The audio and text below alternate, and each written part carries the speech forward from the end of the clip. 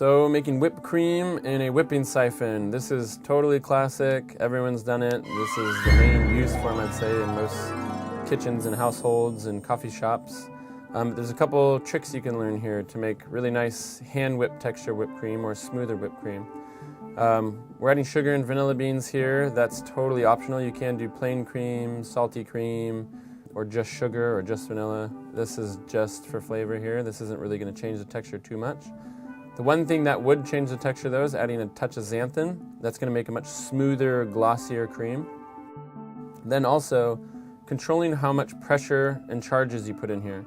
So we put one cartridge in, and then while we're still upright, we're going to release a little bit of the pressure, and that's going to whip the cream less as it exits the nozzle. The other thing you want to consider is how much you're shaking or handling it. So for any given size recipe, we might count 1, 2, 3, 4 shakes, check it, 1, 2 more shakes, check it, because you can go from very smooth to over whipped really, really quickly. And maybe that's what you want, and that's fine, but at least understanding that and having a predictable result each time would be really, really nice.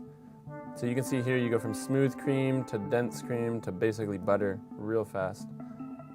Here we have the xanthans really stabilizing the water, so it thickens up the water to almost the same texture as the fat, and it has a nice glossy, thick appearance. And that's some bomb whipped cream.